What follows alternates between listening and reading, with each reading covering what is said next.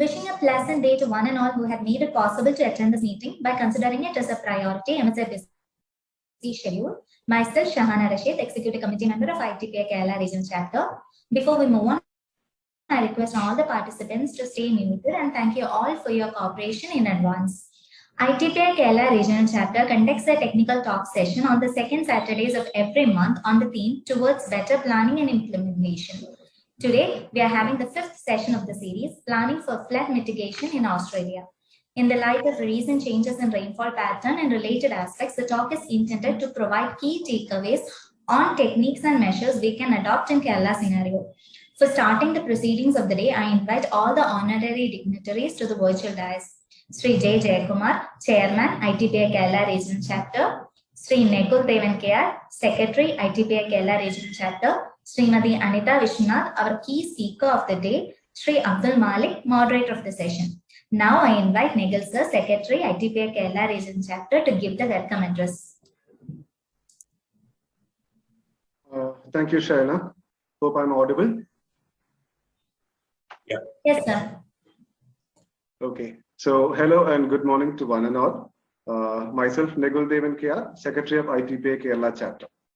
ITPI Kerala Chapter is proud to host today our fifth expert web talk series on the theme towards better planning and implementation. It is also a proud moment for us to be hosting a web talk by an international guest. I'm very delighted and honored to welcome. I'm very delighted and honored to welcome our guest for today, Srimati ANITHA Vishwanath, Manager in Department of Planning, Victoria, Australia. Srimati ANITHA, a planner from our midst, having worked earlier in the Town Planning Department of the state, had moved abroad and has great experience in the modern successful planning practices in Australia. On behalf of ITPI Kerala Chapter and myself, it is an honor to welcome you, Madam, as our guest for today to this virtual dais. Srimati ANITHA would be delivering us a talk about flood mitigation planning in Australia, a topic of great significance and relevance for our state. We would also like to convey our special thanks, Madam, for choosing this topic for today's discourse. I'm also happy to extend a warm welcome to our Chairman and Regional Chief Town Planner of the state, Sri J. Jayakumar, to this virtual dais. I would also like to extend a hearty welcome to Sri Abdul Malik, former Secretary, ITPI KRC and Senior Town Planner, to this virtual dais as moderator for today's session. Also happily welcoming Sri Kiranjan Vaya, Treasurer, ITPI KRC, to the dais.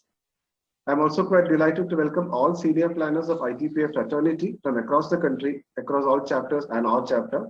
I'm also happy to welcome all members of our ITPI fraternity from across the nation and our Kerala chapter. Quite delighted to welcome all our respected teachers of planning and all students too. Also happy to welcome all planners across the country and everyone of the planning fraternity who could join us today. I would also like to convey my gratitude and welcome to the team behind this event, all our executive committee members, Sri Rajesh PN, Srimati Bindu, Srimati Shaina, Ms. Malavika, and Sri Suraj. Welcoming one and all for a great session today, and over to you, Shaina.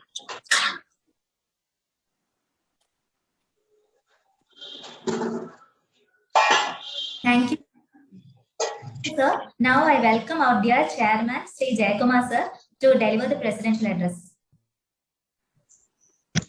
Thank you, Shana. The key speaker of the day, my college mate and good friend, ANITHA. Very senior members from our planning fraternity across India. Senior members from ITPI Kerala chapter, my team members, invited guests and colleagues. As told earlier, our committee has been conducting one technical session every month. Every second Saturday at Indian Standard Time, evening 6:30, we used to have one session. This time we made it at 10:30 in the morning to adjust the time zone difference.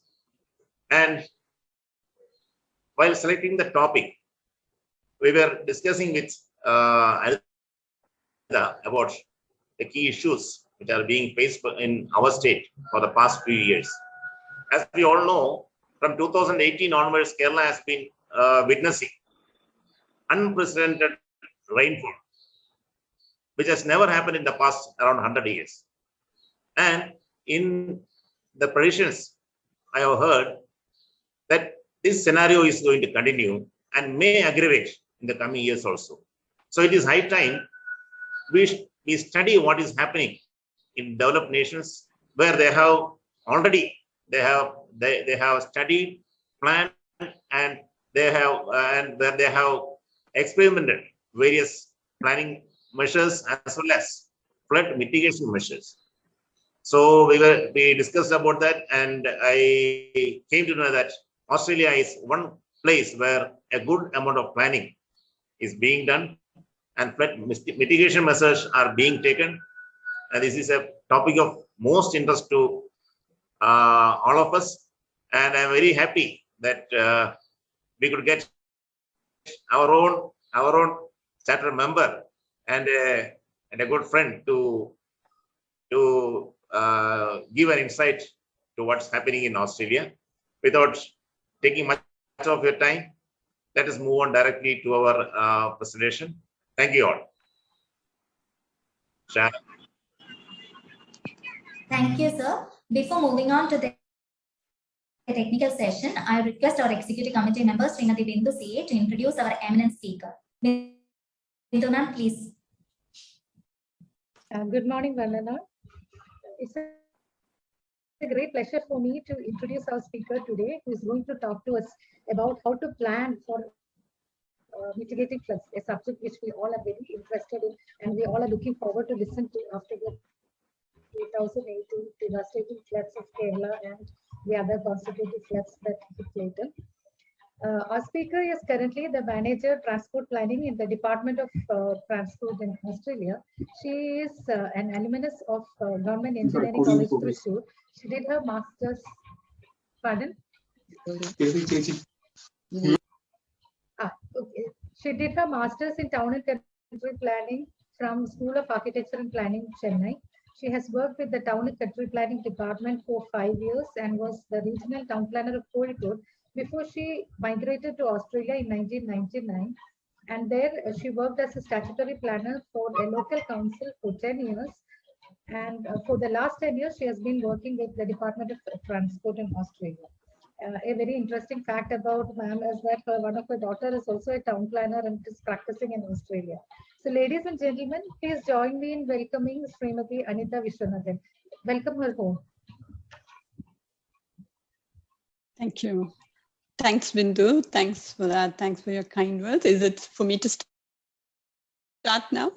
Can you hear me? Is it clear? Yes, ma'am. It's clear. Yes, please. Okay.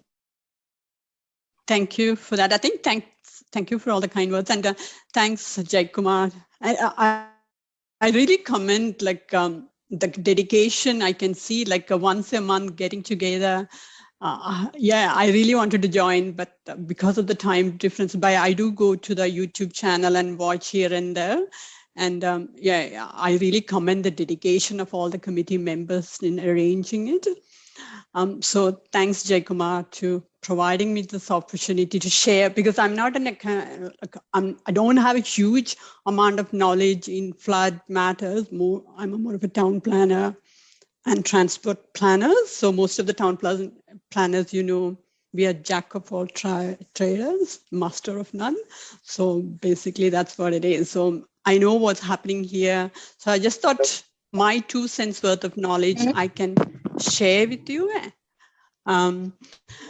Before I starting it properly, I would like to acknowledge the Wurundjeri people who are the traditional owners or custodians of the land I'm joining the meeting from. And I would also like to pay my respect to the elders past, present. Usually, if you know Australia, it's a bit of a background noise. If you know Australia, it was like the traditional Aboriginal people used to live there. So nowadays we acknowledge, we start any function if you are from Australia with that traditional acknowledgement. I'll share I have prepared a small presentation and I'll share my screen. Let me, I think, share.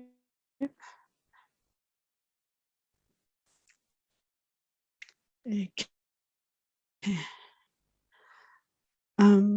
Maybe I'll just start with you all see my screen I'm sharing? Yeah. Okay, so maybe I'll just say where Australia is, we are. India is here, that Australia is here. Just look at the size of Australia, and I'm more here in Victoria. So Victoria is one of the 6 states in Australia. So Australia has 6 states and 2 territories. Like one is the Canberra Capital Territory, and the other one is Northern Territory. So Victoria is one of the states. I'll take you to just because Australia compared to, because whenever we talk about things, it's always good to know the context. So I'll take you to Google Maps. I'm sure you would have, so hopefully, okay. I assume you can see this one. So if I take to Australia, you can see that almost 40% of Australia, it's uninhabitable. You can't even live there because absolutely there is nothing. It is very hot, very arid. It's like called like a Australian outback. People do camping there, but all the people are living along the coast. So almost 80% of the Australian population lives within 50 kilometers of coastal line. And if I switch on by road network, you can see that this is where all the urban settlements are along the coast. In that heart of Australia, absolutely, there's not much there. And then from a population point of view, it's only 26 million population. In Kerala, we got about 33 million. So the whole of Australia, it's only 26 million. Then coming to Victoria, Victoria has about 25% of the Australian population. And then when you look at Victoria, then you can look at the road network and you can see that 80% of the Victorian state population live in the metropolitan Melbourne. Like all the big settlements, everything is in Melbourne. When you look at the rural area, so it is very different from the pattern of development. I think that presentation is not only that Australia and that the world map is only being seen now. Okay, and that's a problem there. Okay, so you can't see my other presentation, right? Okay. Ma'am, please share your screen, not any particular window. Please share the screen. Okay, like where am I? Oh God. Share the screen. Okay, that's a good point. Good, right? Can you see? Yes. No? Okay. Yeah. Okay. Thank you, ma'am. Okay. That's good. Thank you for that. Thank you for that tip. So you can see that in that most is around, and when you look at that, Sydney also, most of the population is within the city, and it's very sparse development along in the rural strip is very, you will see the stretches and stretches of farmland with nothing in it. Then after seeing all these things, you think, oh, do you get flooding? So we do get flooding in Melbourne a lot because it's coastal area. And if you look at that, your MCG is somewhere here. And yeah, so probably I'll go back to my screen now. I just thought I'll give you a bit of introduction about Australia. And as I said, even though it is the second driest continent after Antarctica, we do still get flooding a lot. So you can see that this small township in rural Victoria, the whole town was flooded. So this is from the 2010 flooding. This is more like a suburb of Melbourne. And this was the flooding photos. This is another Narre Warren, this is another suburb. This is another suburb. So we do get a lot of flooding. And this was the Victorian flood. 2010-11 was one of the worst flooding in Victorian history. And if you look at that, almost all part of Victoria has flooded. So from September 2010 to February, these were all flooded. So then this is like probably from an Kerala context, is not that huge number, but when you look at only a 26 million population country, when you look at these properties and towns and municipalities affected by that, January flooding was like more than 3,500, 96 towns has been affected, 27 municipalities are affected.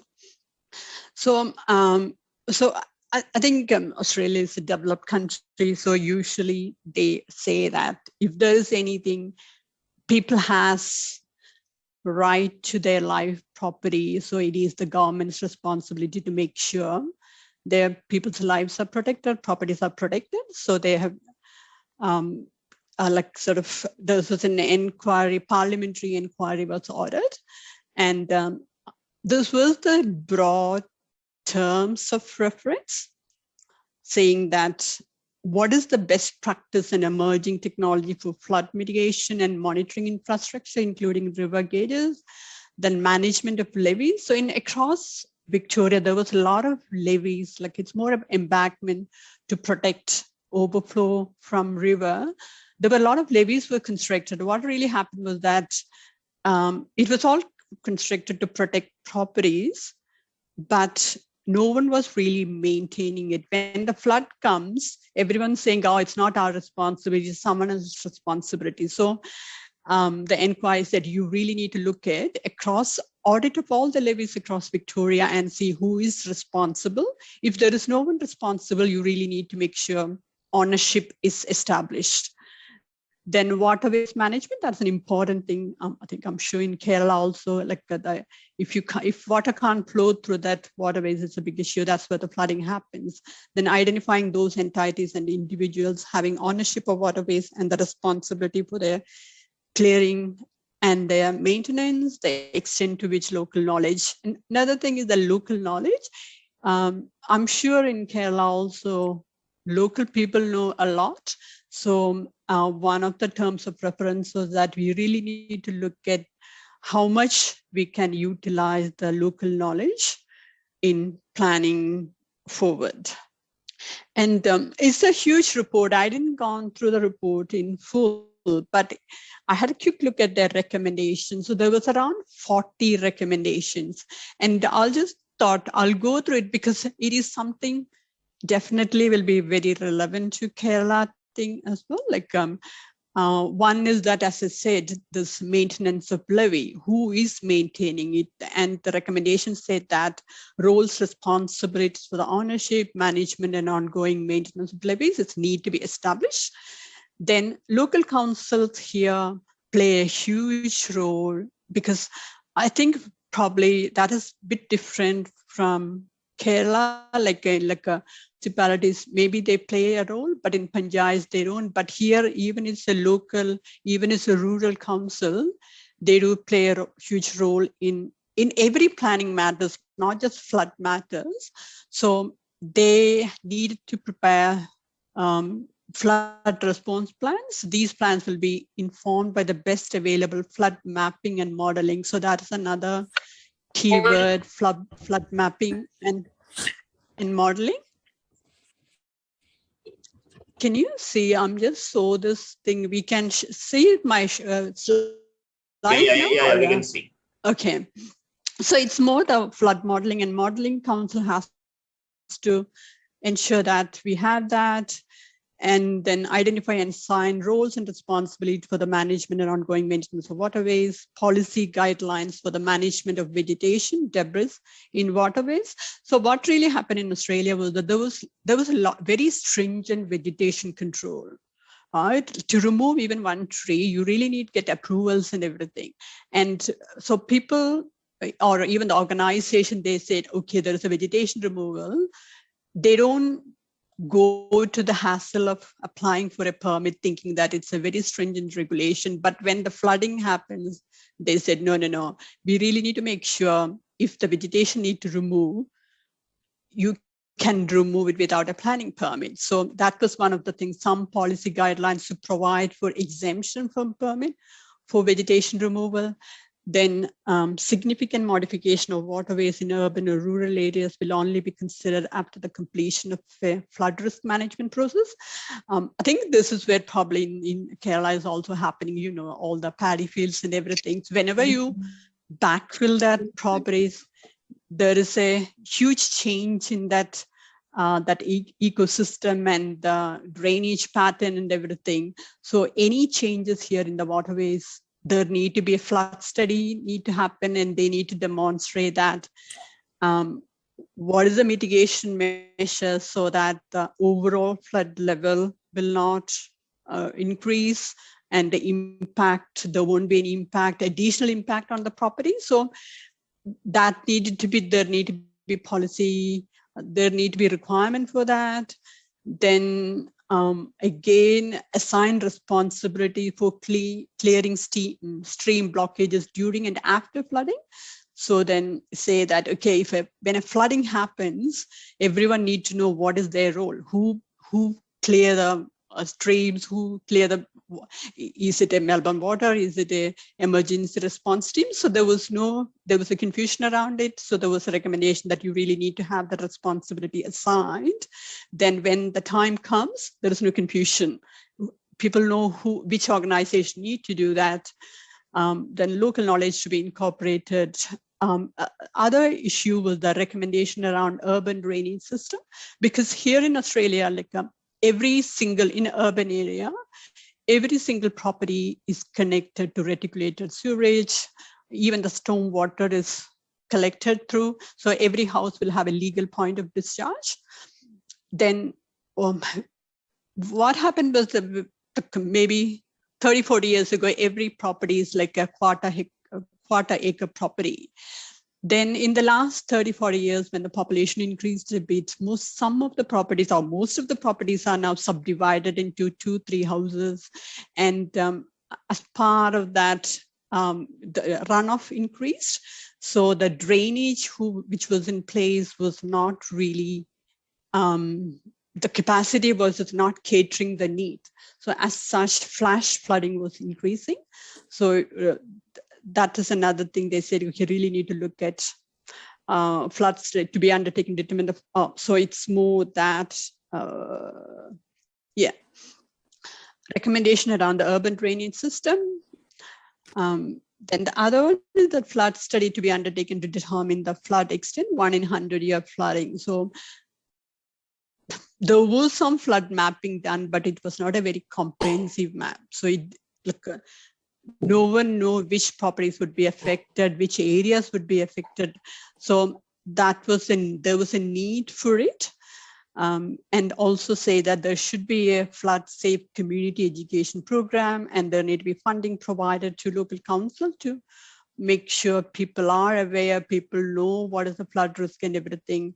And they also said it will be a good idea to every community is really engaged in it, and you have a flood warrant. So it's like a lot of voluntary people get involved in any, and it's, I think it's different is that voluntary people are there. It's, I think slightly different from what happens in Kerala, where people just do voluntarily. Here, it is the voluntary people will be assigned that role, and they'll be trained all along. So, right. So you have a pool of volunteers sitting there.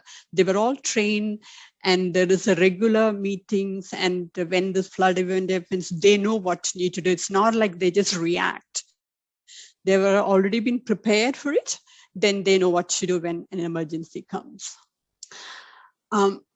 This is just an example of a small case study. So it is a small urban settlement here in rural Victoria. And when that flooding happened, September 2010 to 2011, a lot of property, 270 homes were affected. And again, as I said, probably from an Kerala accent, it's not a huge, but it's a small town. For that town, it was huge. 270 homes were affected. 15 businesses were inundated by flood waters. So basically, the council was provided with funding and to prepare a flood and drainage management plan. So I just thought I'll take you what they have done for that small settlement. So this is the process they have gone through. And it's like a data collection, flood study, management study, then finally preparing the management plan, like what needed to be done, then the implementation. So one of the key thing you can see that community input, every stage of the process, they consult with community, because they don't, in Australia, we don't do many things without consulting with community, and community has a huge say in everything we do. So in this case, again, data collection, they were just doing the data collection. The first thing is that go to the community saying that what you know about it, every information they can provide, it's a very valuable. Then what are the past studies? What is the climate data, topographic data, hydraulic? And so this is all very like a subject matter experts prepared, like whoever is not a town planner, but town planner usually oversee things. So they collect all the data, then they do the flood study, like again, community input, then they prepare the flood model, then design flood events. So when they prepare the design flood events, they say, okay, if it's a 1 in 100 year flood, then 1 in 80 year flood, 1 in 50 year flood, which are the properties would be, they model that, then determine the flood hazards, and each scenario, which properties would be affected, what will be the height of the flood level, then determine the flood damages, what would be the predicting that. The next one was that more about the management study. So I think probably the thing I took it away from is that what are the options available, and whether you do the structural option or non-structural option. So structural option is that building levees, building big pipes to capture the stormwater. That is more like in a structural aspect.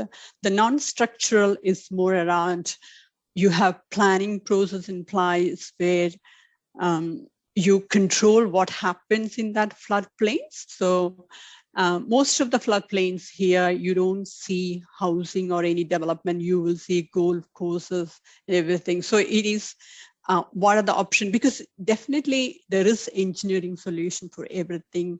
But the issue is that from a benefit cost ratio point of view, building this massive embankments, it can be very costly. And even in Australia, you don't have all the money in the world. So they really need to look at, can you afford it? Is it worth building, or is it worth spending that much money? And what is the benefit you get? It could be that like maybe 100 houses you can by spending. So they looked at what are the options available, what are the BCR, benefit cost ratio, and then come up with the management plan. So say after considering everything, they said for this settlement, this is the management plan. I'll take you to the management the next day. Then ended up doing the implementation. So the management plan, it's a very small settlement. It's not a big thing here. I just thought I'll take that process where they said they sort of divide into two. One is that structural management measures. The other one is the non-structural management measures. So in the structural, so there's not much surprises here. One is that road creek crossing redesign. So what they were saying is that their township was a bit downstream and there is a creek crossing. They're saying that if you reduce the creek crossing, there will be a delay in water entering the town. So by that, during that delay, you get you get the warning time, so people can decide or people can activate if there is a flood management plan with them, because often in these areas, people will have this management plan. They know, so they will have a plan saying, okay, if there's an incident happen, what should we do? So they got time to activate their plan. So that's one of the things they decided. And then building a town levy around the town so you can protect the town. And they ended up doing for 1 in 50 scenario, not 1 in 100, because it's again, if it's a 1 in 100, it can be very costly. So again, this is where the benefit cost ratio comes. What is the best? Then town drainage. So obviously, if the drainage system, the capacity wise, it's not sufficient, you need to improve the drainage system. So this was the structural management measures. Then you got this non-structural management measures, where this is where the planning all comes. I think the one is that declared flood level. So this is where the flood mapping saying that what would be your flood level. So when you look at a property in that town, they would be able to tell, for my property, this is the maximum 1 in 100 flood level. So then whenever we design a house for that property, the flood level, you can work around it. So that is, but until that time, the information was not correct. So people we didn't know what to plan for. So once you know that, you can plan around it. Then the amendment to planning scheme, another one where here, the whole Victoria, you got a zoning for each and every property. And zoning dictate what you can build from a land use point of view. Like, I think it's not a surprise, like industrial area, generally industrial residential. So that's the land use point of view. Then you got a number of overlays there. I think that's actually controlled the actual construction part. So most of the properties who have this 1 in 100 flood, they will have a flood overlay, the land subject to inundation overlay, or you may have a special building overlay, or you can have an urban flood zone. So you put that in that, and whenever someone is selling a property, if I'm buying a property, I will have that information that, okay, this property is a LSI, land subject to inundation, or a SBO, or whatever.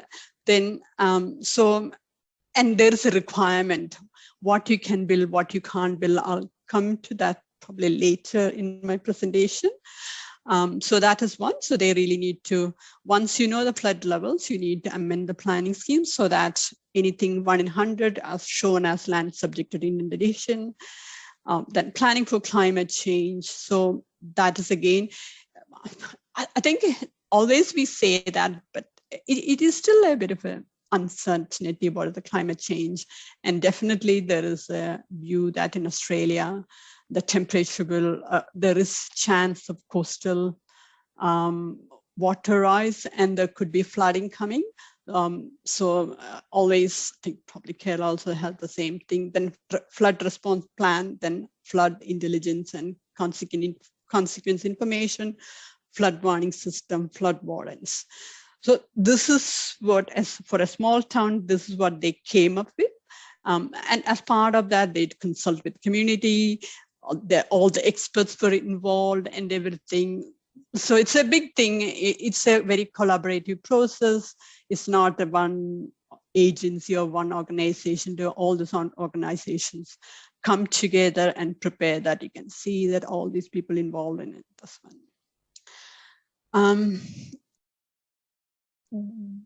This is another one, again, flood management strategy, Port Phillip and Westport, 2021 to 2031. So what happened is that every 10 years, they refresh the flood management strategy.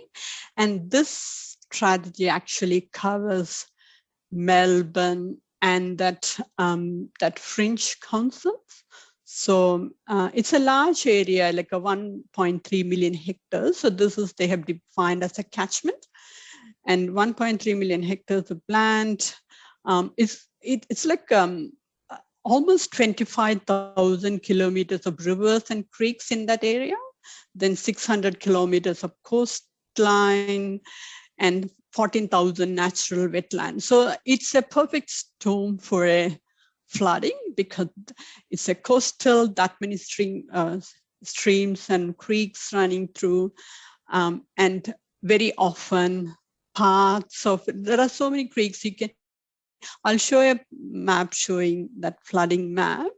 And I just thought I'll show you some parts of it. And what they started with saying is that flooding is going to happen. So you cannot eliminate flooding. That's one thing. Then they say that you really need to work collaboratively, and then reduce the risk and impact of floods and support recovery of communities, infrastructure, environment, and economy.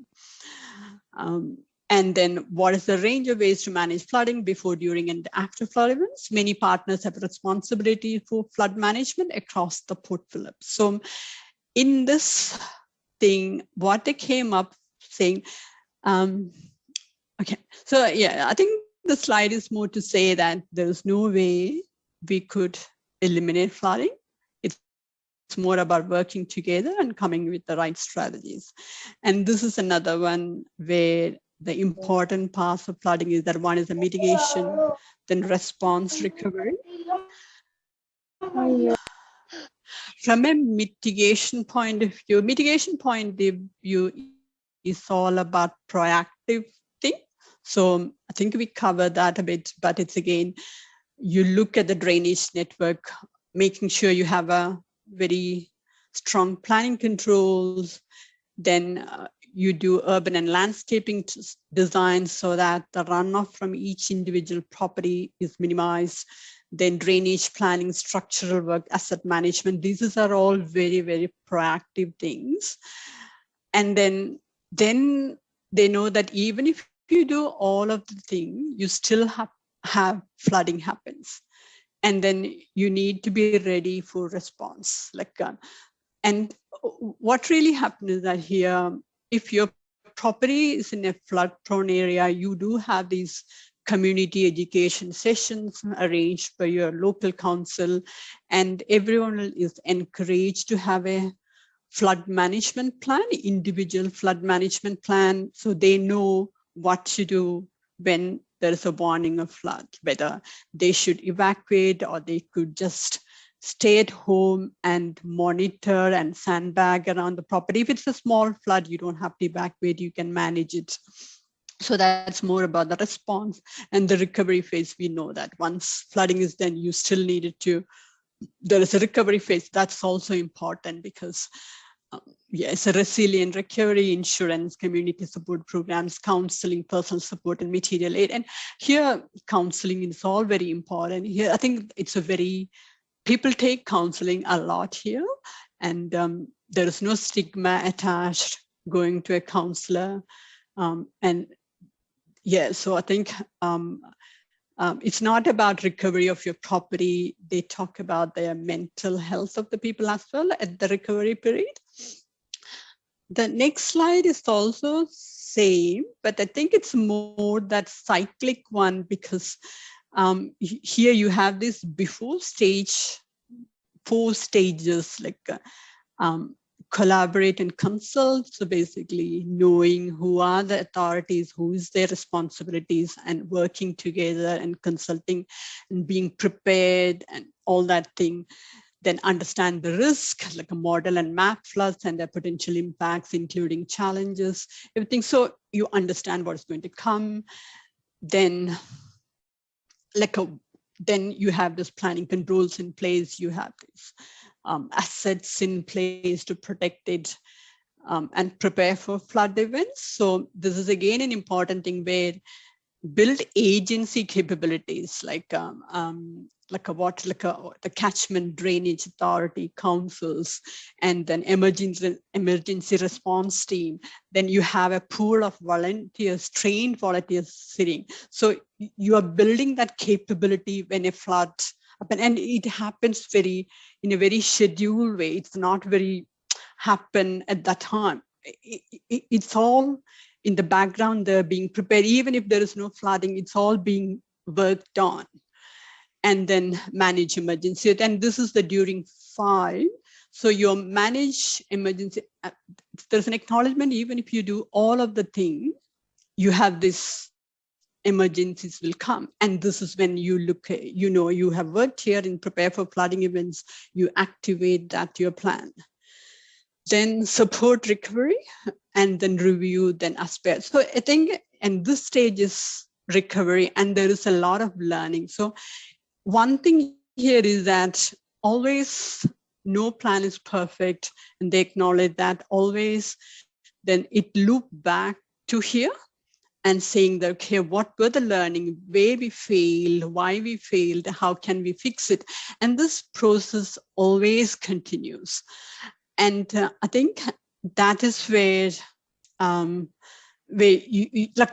even in my office, what happened is that sometimes we don't know anything, we just start with that, then we learn from that, and the next time you get a better plan. I think that is one of the things they do here very well, that looping back and learning from the all the failures. This is just a slide to show the timeline of flooding in the region. So this is the region I was talking about, the metropolitan Melbourne and these council fringe areas.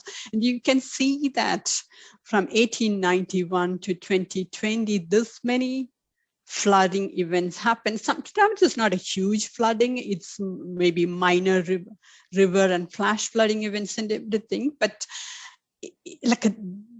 so each and every stage, probably, I don't think there is much learning here. I think this was the 2010 and 2011 was the major flooding, and most of the work was done afterwards. And from around 10 years ago, that's when even the flood mapping happening. It is after this 2010-2011 flooding. And Australia also, the population is increasing, not at a Kerala level, but it's still increasing, and it is causing, and you can see all this flooding, all the past. Okay,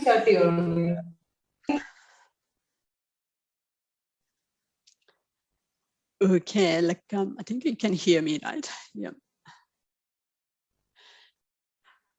This one, I was talking about organization and different organization and different responsibility. I think that's what one of the things they found was that in 2010 flood, they were not expecting, and there was no clarity on who should have done what. And as part of the strategy, they came up with document clearly assigning responsibility to each organization. So Melbourne Water, I think Melbourne Water is the drainage authority here. I don't know in equivalent to Kerala what it is, but Melbourne Water is responsible for all the streams, creeks, all the waterways, and they do the flooding plan, modeling, mapping, everything they do. So, and if it fails, it's their responsibility, they are in trouble. And they also manages regional drainage systems, not the small drainage system which connect your houses connected.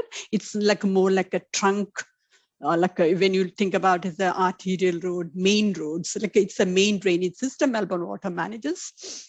And they are responsible for cleaning the waterways. What else? And they do undertake technical research, and research is they do all the time, the research, and also the mitigation paths, what needed to be mitigated. And often what happens is that they will have a pipeline of things to do, and don't be money to do everything, but they will have a pipeline. As and when every budget, they will say, okay, we need to do that. We need to build a levee there, or we need to build a stormwater pipe there, or we need to replace the stormwater with a bigger pipe there. So always there will pipeline of projects sitting there to ensure flooding is minimized as much as possible. So the Melbourne Water does that. Then you have in that catchment, you got 38 local councils, and they do, so they manage the planning schemes. Every local councils manages planning schemes. So planning permit, when you apply for a planning permit, it is the local council who manage the planning permit, and they always refer that planning permit to the Melbourne Water. It's not all the planning permits, only the application which is within the land subject to the inundation or a special building overlay. So they go, and this council also manages the local drainage system, because this is the system where your house will be connected. And then all this local drainage system then will connect onto that regional or main drainage system.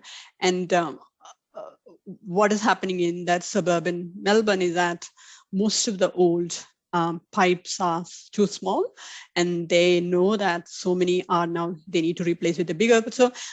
So there is a time gap, understanding, identifying, and building, getting the funding and everything. So meanwhile, what they do is that they put this overlays on this property. So any property, any development, they needed to make sure they respond to that flood risk for the property.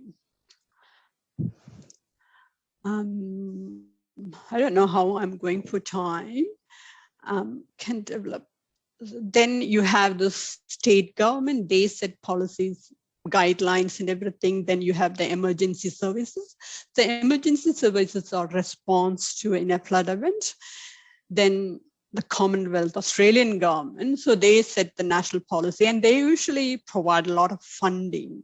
So every time when we want funding, that's what we go to the Commonwealth, saying that, okay, we need funding for this one. Then the insurance industry and the communities and individuals. That's another thing where say that individuals, even though we would do, all this organization would do everything, but you have a responsibility to manage your property, your life, because you need to understand what is the local risk where you're building, where it is you're living. So there is a huge responsibility on the individual's business as well.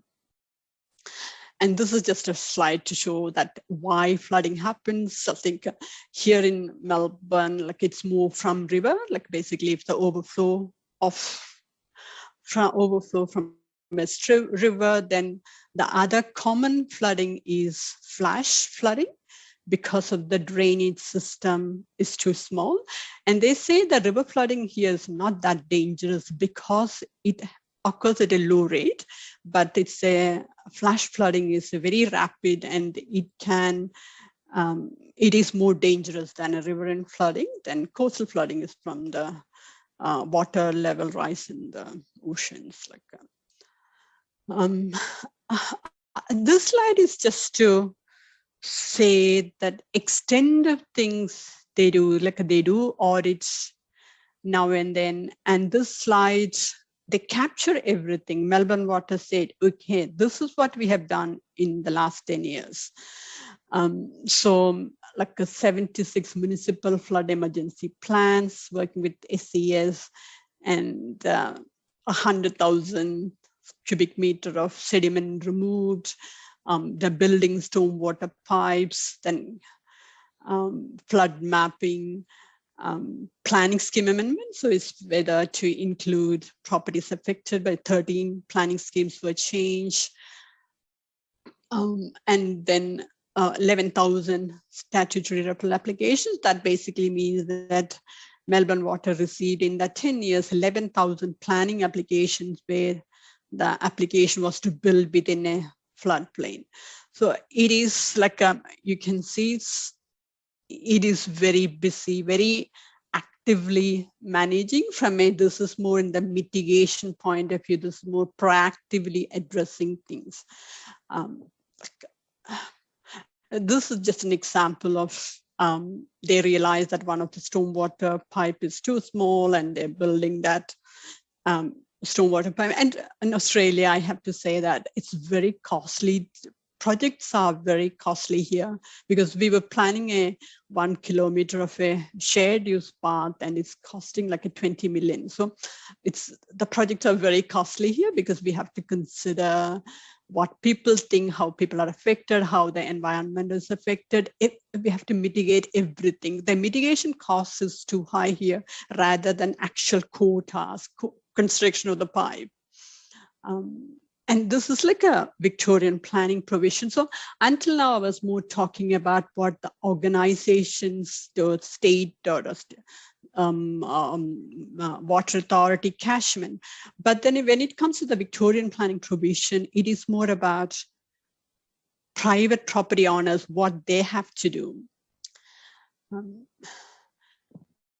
yeah, what they have to do, like, so one of the fundamental is that protection of life, properties, and community infrastructure. That is fundamental, because whenever you are building anything on your property, you can't build anything that may compromise life, properties, or community infrastructure. Then you cannot compromise any natural flood carrying capacity of rivers, streams, or floodways, and then flood storage functions. So this is where if you're building on a floodplain, if your property happened to be on a floodplain, you can't just go and build that, because you really need to. This is the fundamental objectives. You have to meet that objective. And it says that one is that identify land affected by flooding, then avoiding building anything that would intensify the flooding, then ensure that one of the critical things is that you don't build any of the critical infrastructure or facility or hospitals, schools, anything within the floodplain. So because you don't want any of these facilities affected during a flood. So that planning that goes, say that even if flood happens, the community is safe.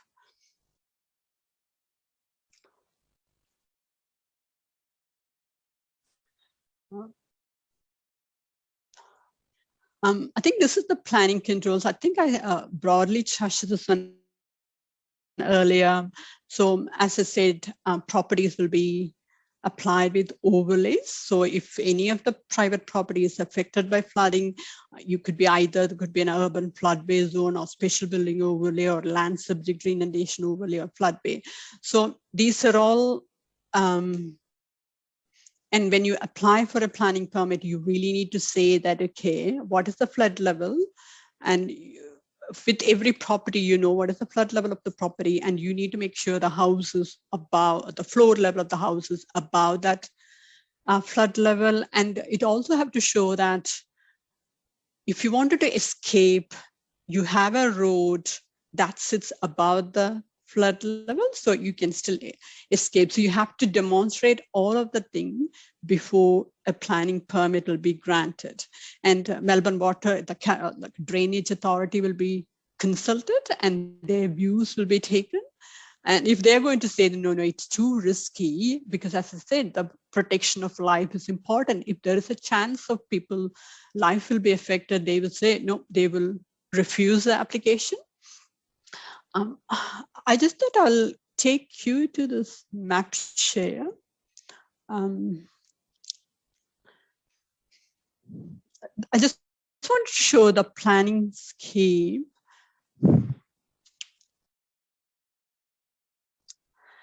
So I think okay. So you can see that every property will have a plan zones. So you have different zones, like I think a sort of standard residential, industrial, commercial. You've got all these zones there. Then you have the overlays. Overlays are covered environmental, landscape, heritage, built form, land management, other overlays. And flooding comes in land management. And if I switch on these layers, maybe I'll just do one by one. You can see the screen, right? Like, yeah. So you can see that the moment I switched on LSIO, these are the properties, land subject to inundation. In one in these properties has a chance of flooding in 1 in 100 years. And if I go back, zoom in, you can see that most of this along the stream, this is Yarra River, and all the developments along in that floodplains are usually golf courses or parks. The housing is very rare. This is a Bulleen Park. And then when it comes to SBO, so that is the flooding from the like from the drain. You can see there are so many.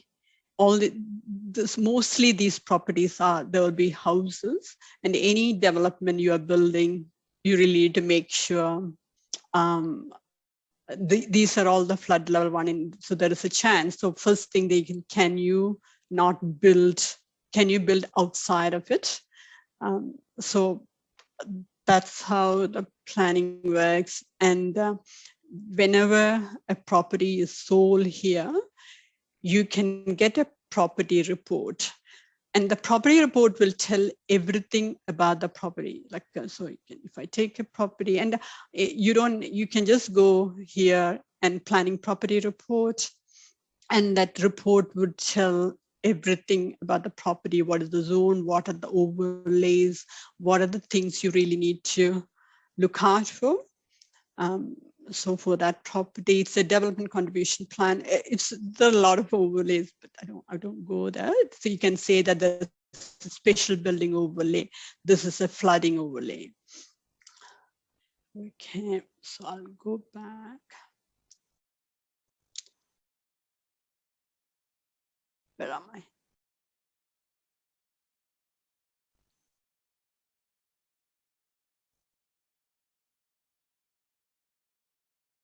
Okay. That is just to show the planning scheme. So it's very comprehensive, and you can look at, and this is just an example. Okay, you can see all the flooding is mapped, and you know that. This just to show that if you do all of the things, there can flood can happen. And they say these are some quick tips: be prepared, plan and build wisely, capture water before it becomes a problem. So for example, here, every single house here in Australia, you've got a water tank. So you're capturing, you're minimizing the runoff from individual property, and that will make sure your drainage is not overloaded. If there is during a flood, doing a rain event, you're capturing, because all the stormwater from my house is all going to a water tank. So there is a lag time by the time it end up in the drainage system. And upgraded infrastructure, they're saying that, okay, upgrade the infrastructure is it's not the last report, it's an expensive thing. But if you can do all of these low cost things, capturing, then we get a bit of time to find money to build this big infrastructure. So all these things makes it's a low cost treatment. You don't have to spend all this money on it. You can still manage flooding. The next one, I'm just saying that there's a flood resilient homes. So there is a lot of focus on flood resilient homes in areas susceptible to flooding. And this is that they talk about 4 strategies. One is that wet proofing, dry proofing, elevation, and absorption. So wet proofing is saying that you're building your house, you're expecting that flood will come, it will flow through your house, right? So you're working with the water rather than against it, and you're making sure all your claddings and everything are flood resilient. So water will flows. After that, there's no issues on that. It's a mini impact in the house or all the cladding. Everything is very, very minimal. So you build your house wet proof. The dry proofing only works if the flooding is very low, in the sense what they're doing is that you are protecting. So you have a flood door. So you're water tightening your home so that water don't enter into the house. And they say that it can't work in a heavy flood because there will be structural issues on the house. So wet proofing in a heavy flood prone area, wet proofing is best than dry proofing. The elevation is obvious one, where when you know this is your flood level, your flow level of the house is above that. So that's an option. Then absorption is making sure your property act as a sponge. So it absorbs water into the ground surface so it doesn't flow. So if each and every property is like that, then the runoff and the flooding can be reduced.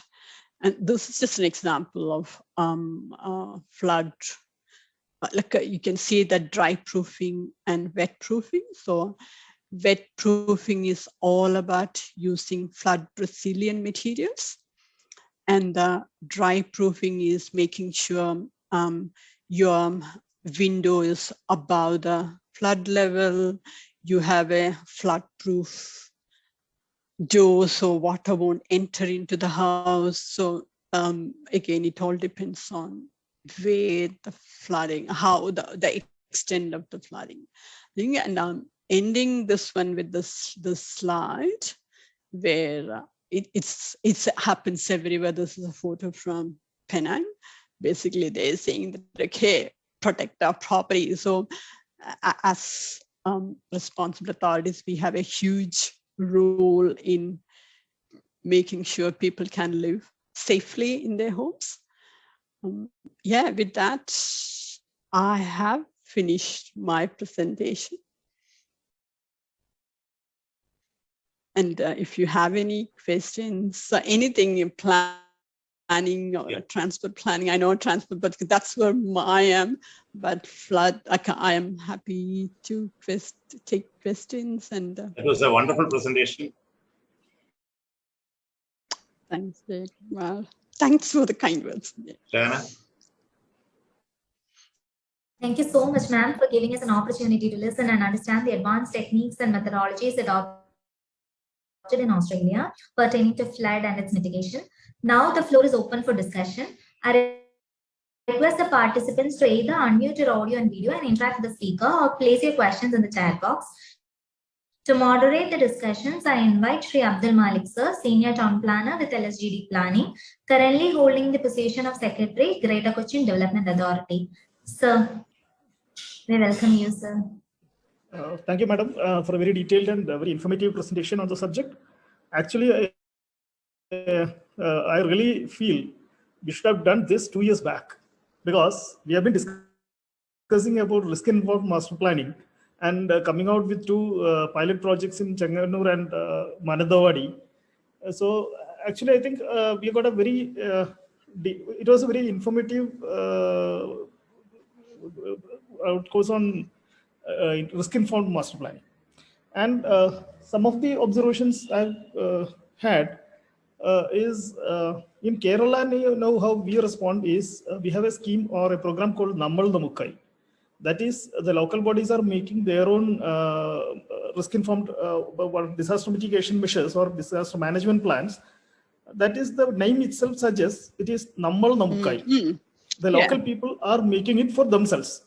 Community. Community involvement, but what we are missing is, one is detailed zoning, then flood mapping.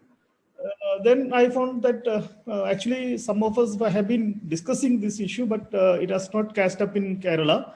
That is involving the insurance agencies into disaster mitigation, by way of financing it.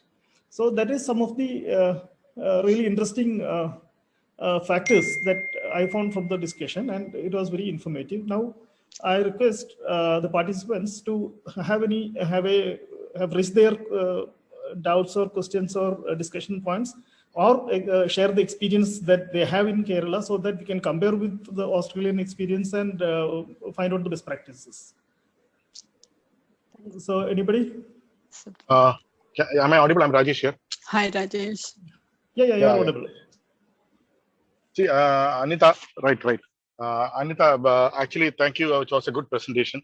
But I was interested that you are just mentioning about the authority. The water authority has a lot of responsibility, and they will be put into a lot of trouble if they don't come out with solutions which are mitigating. But what are the trouble that they are going to? Because if there is a government authority which is supposed to do something and they are not doing it, what is the kind of measures that the government is taking to do that? Yeah, I think from the measures, what I say that, here, maybe from an organizational point of view, even the officers, here the organization get restructured all the time, right? You don't have a guarantee of your job. And it's not like you have a rank list and your promotion happens along the rank list, right? So your job is on the line. If you don't do that, the CEO is going to go. So, and the people will lose their job. So almost every 2 years, this restructure happens here, and you are expected to perform. And every year there'll be that this is what in each organization, this is what you should be deliver this year. And yeah, so the best first thing will happen is that you lose your job. That's a good piece of information. So there is no guarantee on your job, actually. Absolutely no. Yeah, even now in our organization, I'm because yesterday when Jayakumar was, I'm making a submission because we are restructuring. So some people will be mad, some people will have to apply again for your same job. Yeah, so I think that makes, you have to prove all the time. Every day you have to prove. There's no guarantee because you don't have a guarantee of the job. So I think that's a motivation to do your job better. Good. Yeah. One more point. Actually, see, when we are looking at the plans, generally our system doesn't have data on information, basically information, education, and communication. That's mostly absent in it. What are the measures that is being done in Australia so that the information dissemination is happening? I think our GIS is very, I think as I was saying that if I wanted to buy a property, I can jump in onto my planning maps and every information is in there. So basically what happened is that Melbourne Water, they are the drainage authority, they manages the flood mapping, the mitigating treatments and everything. And as and when they build this mitigation treatment, they modify the flood mapping because the properties who were identified as that would flood in 1 in 100 may not flood anymore because they have built this levee or they have cleared the. So they need to make sure local council it's a key authority in it. They coordinate everything. So the Melbourne Water provide that information to the local council and local council then go through a planning scheme amendment. So all the information, every authority works with the local council. So it could be bushfire, it could be flooding or maybe environmental protection, this council and anything we want to do on our property, we need to get approval from the council and council know what need to be protected. So that's I think the information, again, because of the GIS, everything is in your fingertips. Yeah, so I think I can say that it's very advanced here. It's not hard to get information here. You jump in on your Google, all the information is out there. Does it answer, sir, your question? Yes, thank you.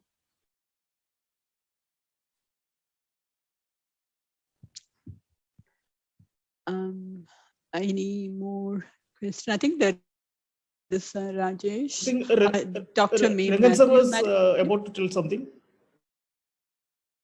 No, I think before that, Dr. May Matthew had raised her hand. I think we'll let the opportunity go to her. Okay, Dr. May. Yeah. Where is it coming? Yeah. Anitha, I just want to know whether this that flooding situation in Australia or in Victoria, does it have a connection to the climate change phenomenon? And if so, what kind of the measures are taken by the Australian government regarding whether climate model has been clubbed with Australian the climate situation, Australian flooding situation and that kind of things? Because in Kerala, what happens is this climate change phenomenon has got a lot to do with the flooding situation in Kerala, because Kerala before 2018 and all, it was not all that big problem. But nowadays, this mini cloud bursts and things like that. And recently, one talk by Dr. Abhilash from Cochin University of Science and Technology in the representing Institution of Engineers. And he was making all this presentation. And from that, I came to know that the mini cloud burst, it never used to happen in Kerala before. It used to happen in Uttarakhand and all.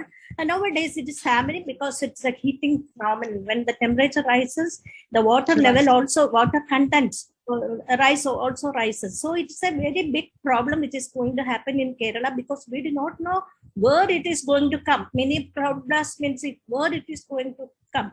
And all our settlements are designed with the previous rainfall pattern because our drainage system and all. And now everything is to be redesigned and rebuilt in the, as in the case of structural changes and also locational, that means a non-structural changes, that means downplanning measures. And a lot of things are to be done in Kerala. Whether such a situation is there in Melbourne, that's what I would like to know. Yeah, definitely. I think in Australia, when you look at from an Australia has this extremes. You would hear about bushfire in Australia. You'll hear about after 2 months, you will hear about flooding. That extremes happen. But then again, this is where the organizational responsibility. Local councils, when you think about it, they don't have the capability or the funding to do. So they can work with it. But this is where the Australian government, like the Commonwealth, federal government, that is their responsibility to come up with this national strategy. So I think this is where, and then the state and local council look out for them to say, okay, that is big job. It's not something as a local council you can do. And then they come up with this national policy, and then the state and the local government work with that. So I don't know the whole technicalities of it, but that is how that organization-wise it happened. Yeah, so I'm sure like India, like it's whether it is too big for Kerala to do, or whether what is the responsibility of the central government in that. And yeah, I think it is the different organization, what is expected of, and sometimes it's a matter of all the states saying to the central government, okay, this is a big issue. It's too big for each state to do it. You need to do something about it. Then we can make it happen. We can implement it, or we can have policies and planning scheme that fits with that. And again, this always changes, right? It's about, I think one thing about good thing about Victoria is we don't necessarily know what's going to happen, but based on what we know, our plans, our policies are all ready. So when any new things happen, it's easy to change it, right? Sometimes if you don't have a policies or strategies already in place to manage the existing situation, when the things change, we don't know what to change because it's an ever changing scenario. But here you got policies, everything for the known things. Anything changes in unknown and we know more, it's easy for us to change that. Yeah, I think again, from a hydrology point, I don't know, but usually as planners, we just look at, okay, what is the policy coming out and work with that. Actually, that's the difference between a developed country and developing country like ours, because our preparations are very less, because once the problem occurred, that 2018 flooding occurred, people were telling that it's a one in 100 affair, 100 years affair, the problem. Now they have realized that it's an yearly problem. Yeah. Every year it is happening. So it's really, because I don't think central government is making any measures on this direction with respect to Kerala. We ourselves have to make some decisions, our state government. Yeah. So urgent necessity is required from the government of Kerala to do something which is definitely effective. Yeah, I think definitely we really need to look at the water flows, water catchments, all that thing, and that's all super critical, like without flood mapping, because we see all this TV footage, because as planners, that is for response and reaction and everything. For us, it's more step back and saying that why is happening, where is it going to happen, what we need to do, like it is that mitigating like proactive things. So that is where we need to be like, when the flood happens, everyone talk something, then everyone forget about it until the next flooding. This is where here they have a strategy in place, and they do an audit of the strategy. What are the action items? And have you done the action item? What is outstanding? And they need to report on that. Thanks. Oh, thank you very much. Miss Anitha. Thanks. Miss Anitha. Yeah, I can hear you. Yeah. That's a very good presentation, because I appreciate that it was very sequentially arranged, so that we could understand from the gross aspects to the minute aspects also. And I'm happy that instead of ad hoc measures taken for the flood mitigation, systematic studies are being done, and very scientifically it's being prepared. As you said, in addition to Melbourne Water, there are a number of organizations involved in that. But who leads the team, and who is arranging for preparation of the flood mitigation plan? It is Melbourne Water. It's the Drainage Authority's responsibility. So it is planning authority and all, make it happen, implement it. So the plan is from the Drainage Authority. So it is them coming with the plan and then handing over to the local council, and local council implement it. And from a Melbourne Water point of view, every time any large development happen that can, because for example, I'm from Department of Transport. If we are going to build, I also saw a question about what flood resilient transport strategy from Sanjay Gupta. So I think whenever if we are developing a transport project, we have to do a number of studies. One is that, for example, we were building a crossing across Yarra River. So Melbourne Water said, okay, no problem, you can build it, but we really need to show this is the flood level, your bridge need to be higher than that. That's not a problem. And they say that we really want you to look at, when you build a bridge, what it will do to the flood level. Is it going to increase? Because the moment that 1 in 100 is going to increase, the neighboring properties are going to be flooded. So we needed to show that, okay, even though it's increased, these are the mitigating treatments we can do so that flood level remains the same, or it won't have an impact on the neighboring property. So for each and every project, you have to do it. So because otherwise what can happen is that every project can have an impact. And when you have that accumulation of all that impact, and that effect is so high, you don't know what caused it, but it could be a combination of number of developments. So this is for each and every that's why I'm saying that the projects are very costly in Australia, because you have to respond to everything, like the flooding, bushfire, even Aboriginal culture, heritage, flora, fauna. By the time you cover everything, your bridge may cost 100 million, but all this mitigating treatment is another 100 million. So you have to have double the money to address everything else. You can't just think about, let me build a road and walk away. You have to make sure it fits. It doesn't have any adverse impact on anything else. I think it is where that comes down to. And an environmental engineering agency like Melbourne Water leads the study and preparation of the management plan. Will adequate attention be given for planning measures for land use, as you said, and also even at the building level, you are taking in the flood prone areas, how the building should be constructed, and wet proofing and dry proofing and all those things. So will that get some preference, or will urban planner will be in a lead role there? Yeah, what really happened here is that so Melbourne Water will do all the studies, and Melbourne Water will identify the properties which would be affected by flooding. So they will have this overlay, and they work with the local council saying that, okay, you really need to change the planning scheme to incorporate all these overlays on this property.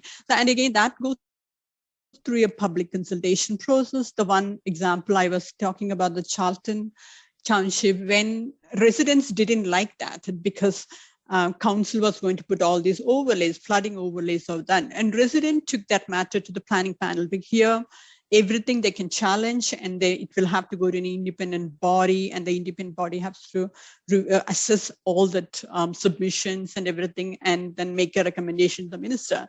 So residents didn't like that overlay because the moment you put an overlay on the property price will come down. And also the other reason is that the insurance premium will be high because insurance premium is based on the risk. So they opposed, but the panel said, we understand all of that, but we need to have the overlay. So then minister approved that overlay to be placed. Then what happened is that once the overlay is placed, when a planning permit, so that overlay trigger a planning permit, then you can't build anything until you got a planning permit. And always when you look at a planning permit, there are a number of triggers. It could be, so for example, it could be a LSIO may trigger, that overlay may trigger. If we are removing a trees, a vegetation protection overlay may trigger a permit. So there could be 3 or 4 triggers for a permit in an application. So then planner, if I'm a planner, I look at, okay, what are the triggers? Then I know it's an LI. So then I will send it to the Melbourne Water. So Melbourne Water, even though they don't walk away, it is still, they are still the authorities. Then they look at the plan and they said, okay, you can build it or you can build it. These are the conditions. So they specify the conditions, and the local authority then grant the permit. If the and Melbourne Water can sometimes say that, no, it is too risky to build in there, and they may object. In that case, council are forced to object. Then they won't get a planning permit. So always that working together continues. No, my question actually is because of 2 reasons. One is that in Kerala, we have not prepared stormwater management master plan for any of the cities here. Yeah. And no specific organization is responsible for urban stormwater management. That is the situation in Kerala. So maybe now and then you can see the High Court judges pulling up the corporation for that, and corporation says that this is not my responsibility. So we need to have some legal empowerment to say that so-and-so will prepare, take the lead role in preparation of the stormwater management master plan for a particular urban area. So that we don't have. That's why I said what could be the kind of example that we could take from Melbourne. I think the Melbourne is that this is like a all the trunk facilities, the drainage authority do that, and all that artery or smaller connection to this trunk, local council manages it. So for example, from my house, my legal point of discharge will be a drain system which is managed by council, local council, like for example, it's a Kurikot Corporation. So all that smaller connection to the trunks managed by council. So again, it is a combined responsibility between Melbourne Water and council. And I think probably Kerala, I think it is time, even if it's not responsible, someone has to say, you have to take a responsibility and do, because we can't, because even here it was like that in 2010. And that was the inquiry came out saying that responsibility need to be assigned, defined. Then there is no excuses, right? I think it is that proactive measures. Often it's not the reactive, you're just responding to the situation. It is that background work that's the critical bit, and you'll have a Thank you. proper, thanks. I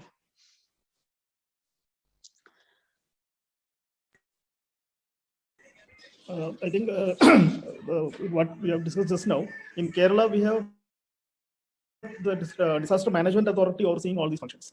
They are giving the guidelines and such things to different functional authorities and departments. As Kasturangan has said, now the High Court is actually sitting on our head. That is the Kochi Corporation and GCDA to come out with a proper drainage plan. Okay, okay. Yeah, I think because here also local council do, because as I said earlier, there are two, because local council prepare that flooding from this drainage. Melbourne Authority manages the streams and rivers and creeks, right? So, so it's, and I think one thing here is that here also it happens, but in the end they decide, okay, even though they may not like it, they said, okay, we agree on and move on with life. Like you can't just forever fighting. And I think it'll be here. It would have been big problem if we haven't responded after our big flood in Kerala. And there is an acknowledgement that it's not something you can fix tomorrow, but at least you have a strategy in place. You know what you're doing. You know the time frame, and you have an audit of that. And it is just that continuous improvement. I think that's where probably, I think probably that's what I know. Like it's not. And again, sometimes here I fight with people here saying that, come on, here you got only 26 million. When we talk about even in my state, we got 32 million people there. So I just.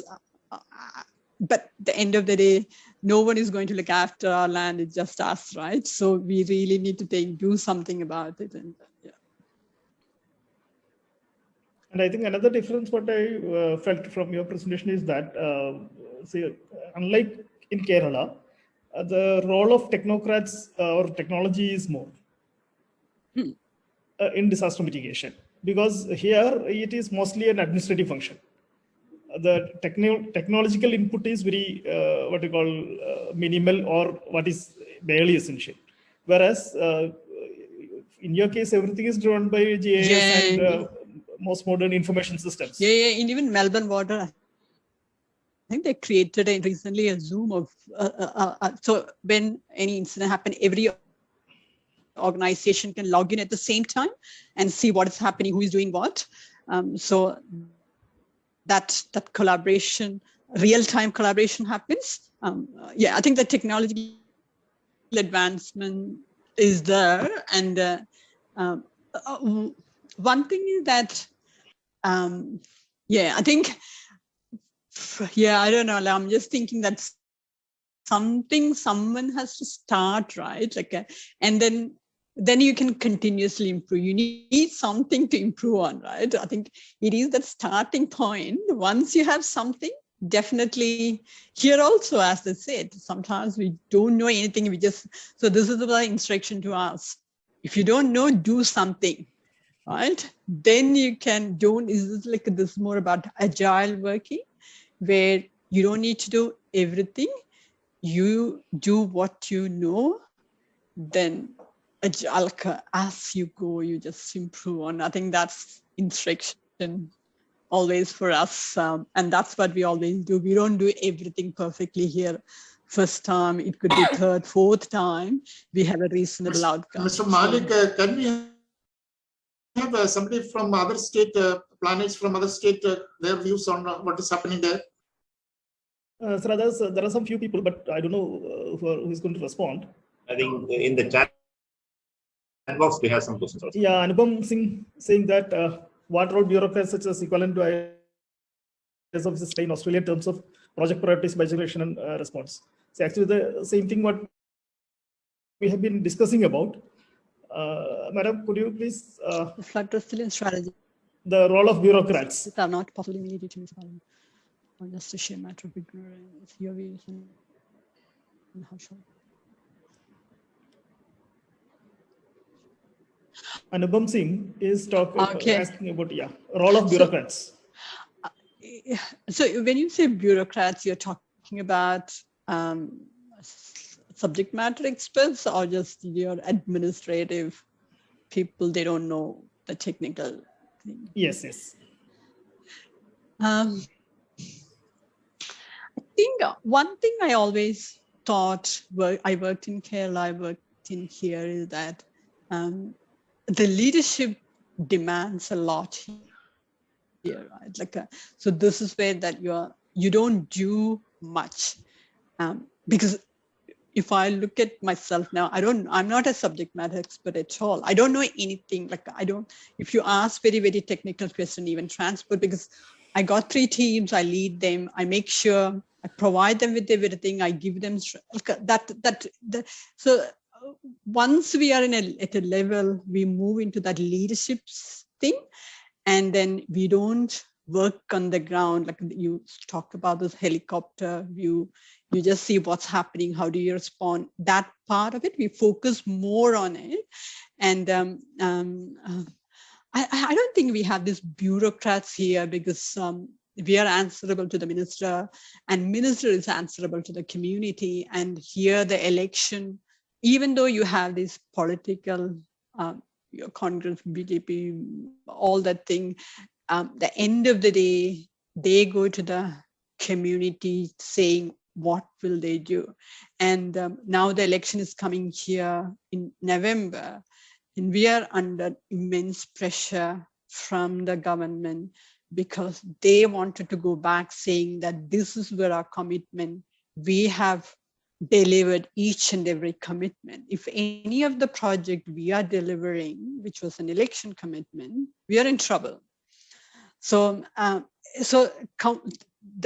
that ministers and MPs, they're responsible for the community, because they don't say that I'm this party, I'm this party. It's not about it. What would you do for us? How do you address a concern? I think this is where your election promises comes down to. And then next time, if they don't deliver it, that's it. So I think, so everyone is responsible. Like, I think that's what one of the things I always think, you're accountable. Everyone is accountable to someone else.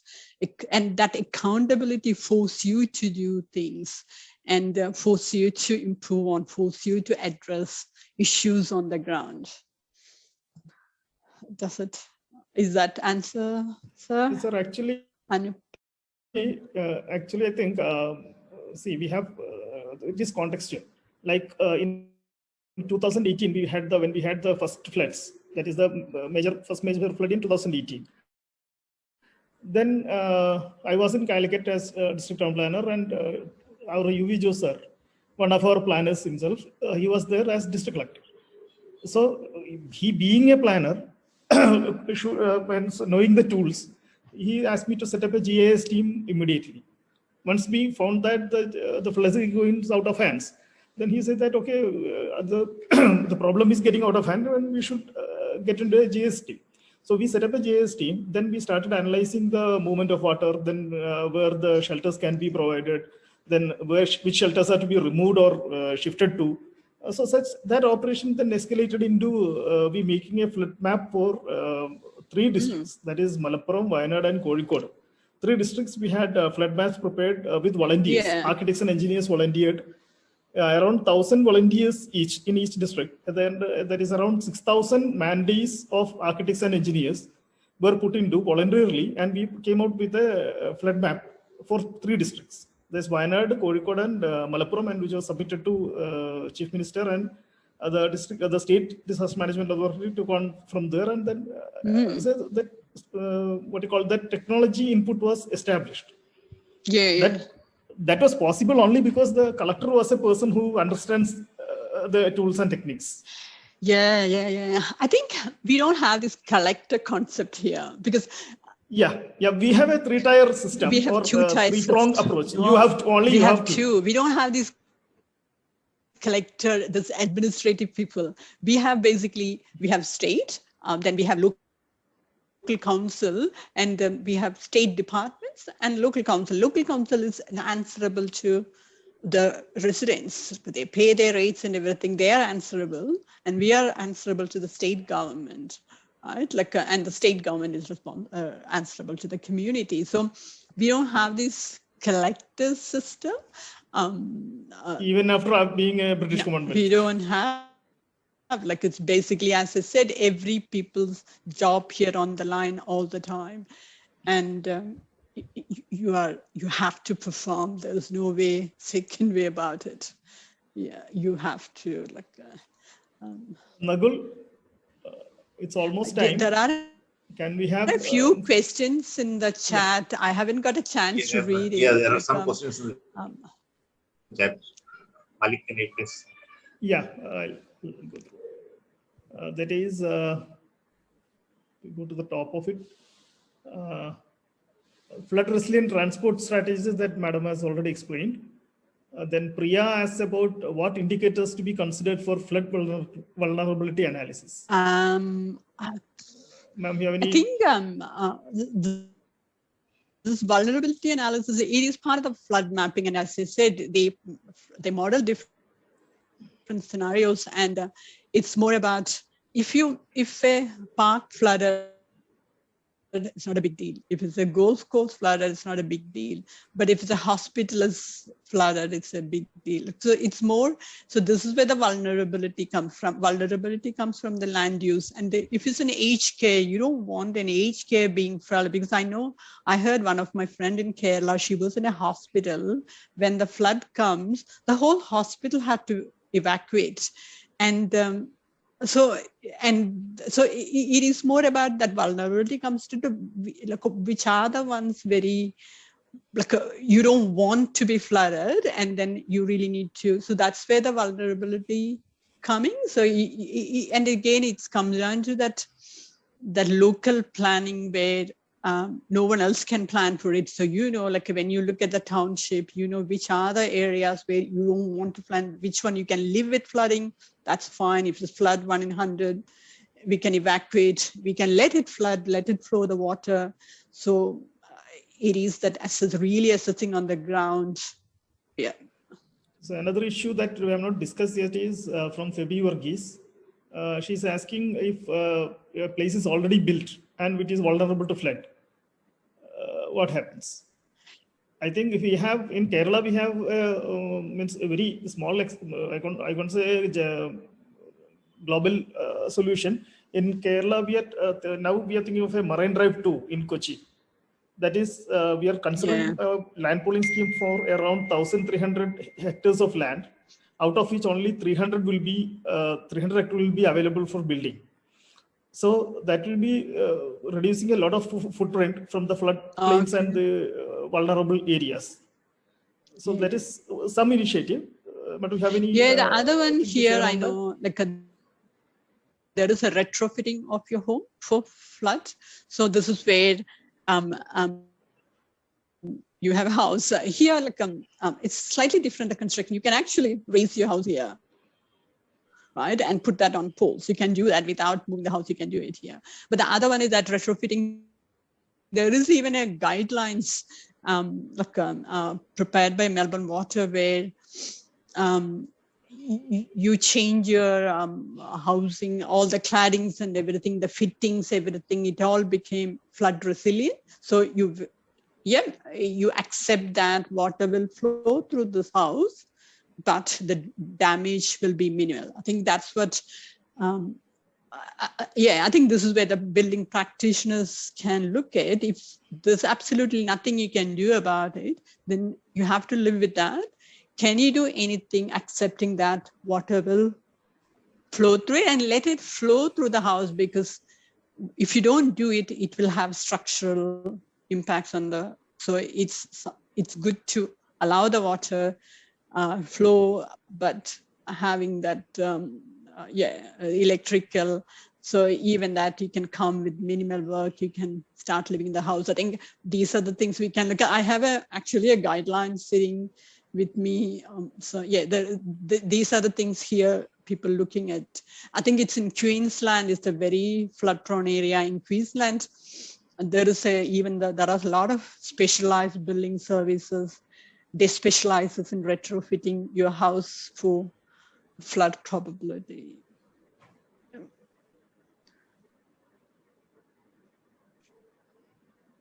Hope maybe that address your question. Melbourne Metropolitan Regional Development Authority. I'm not sure what is that. Melbourne Metropolitan Regional Development Authority. Is it Melbourne? I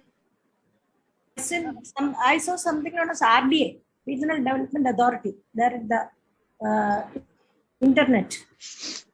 So we have most of the planning done by, we have MRPV, not MRPV, what is that one? VPA, Victorian Planning Authority, Melbourne Plan, Metropolitan Regional Journal. I don't know, what is that? Sorry. No, it's in the internet about RDA Melbourne. So it's in the internet, Regional Development Victoria. So what are the regional development? Okay, some are very, very property developers because we have people, okay, I don't know, I'm just assuming here because there are the development authorities sometimes come, they influence or they facilitate development. So what happened was that Melbourne was growing, it's very centralized, and there was this saying that, okay, we really need to have some decentralized, still within the metropolitan Melbourne, and they chose another suburb, Dandenong, saying that, okay, we needed to create more jobs and everything. So not everyone from metropolitan Melbourne needed to come to the city. There we have regional, like a major activity center, we call it. And then they have these development authorities where they, I think what happened is that most of the department were in the city. So they moved things to that, these Dandenong and all, so that you got a number of 1 or 2 government departments, and then that will attract people moving in there, and then that becomes more of a mini city. So this is where the development authority, yeah. There are 6 regional development Australia committees across Victoria. It is written. That's what I would like to know what it is. I don't know. Anyway, let it go. I can come back to you. You can text me, and if you come across something, definitely I'll get back to you. We are from people from Sorry for that. Development authorities, and we also feel that there has to be a regional development authority for the Kochi region, if not for the whole of Kerala, like Calicut and Trivandrum. And so that complete Kerala will be covered under 4 or 5 regions. So that regional planning should be ensured for ensure better planning. That's what we feel, because the government is very pertinent not to disturb the district planning system. So why not we think about this? So you wanted more of a region. I understand that. Yeah. I think, Melbourne, to be frank, I don't really think there is this, this is like either state or council, because I worked in both state and council, local authority. But the internet says 6 RDAs are there in Australia, in Melbourne. Yeah, I'll find out and I'll let you, definitely I'll let you. Even I wanted to know what it is. We'll be connected so that we can have exchanges, that is not knowledge exchange. Definitely. You can give your email ID or WhatsApp number or something like that. So that we can be it's in my, there was an ITPA directory. So okay. My name is there. It's a very good, I was going through all the names. It's good. My name is also in there. So we have covered almost all aspects. I think there is one question from Shruti Ashok. Is there? No, that we have already addressed, I think. That is about the already built space. Any roles assigned to planning department during even disaster? I think it's not planning department per se. It's more councils manages it. And what happens? I was talking about this volunteering, right? So often every office, for example, my daughter is a planner in one of the council, and she raised her hand. So as a volunteer, so any emergency comes, anyone can. So what happens is that they train these people, right? So when the emergency comes, they're equipped, they know what to do, they're available. So it's not a plan from a planning point of view. All the thing they need to do is well ahead of any flooding happening. They don't, from the disaster, it is all state emergency services. They manages all the response to that, and they coordinate, and everyone else help them out. Police comes, roads department. A week ago, we closed some of the roads because so that coordination happens. It's all planned. You have an emergency management plan in place.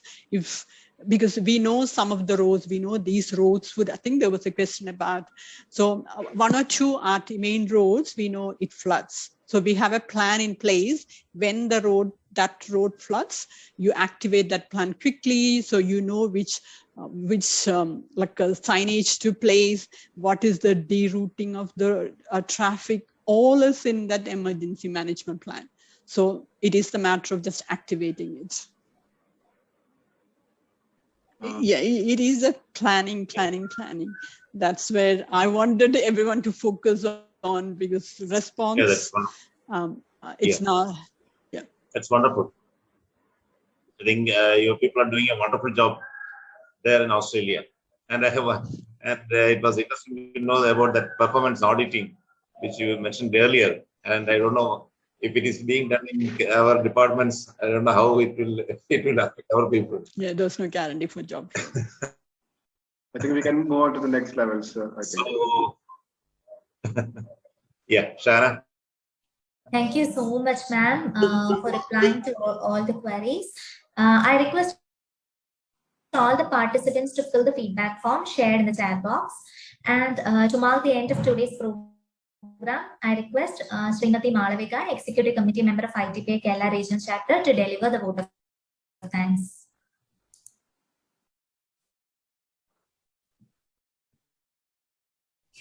All of us are joining.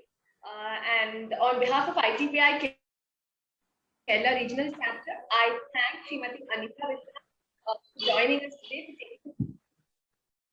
and for that wonderful session. This is something I've all been eagerly waiting for, considering the incessant that Kerala has been going through and the unprecedented floods. So I thank you for telling us what goes into preparedness, response, mitigation, and recovery in such a situation, and especially the role of community engagement. I thank Shri Abdul Malik sir for moderating the session wonderfully. I also thank Srimati Bethu ma'am for introducing our chief guest, and Srimati Shahana for steering the whole session. I also thank all the dignitaries of the National Council and other regional chapters, all the senior town planners who joined us today. I also thank the professionals, professors, students from across India for joining us today. Last but not least, I would also like to thank the executive committee whole team, our chairman, Shri Jaykumar sir, Shri Nekta sir, and other executive committee members of Kerala Regional Chapter. With that, Malvika signing off. Stay safe and have a wonderful week.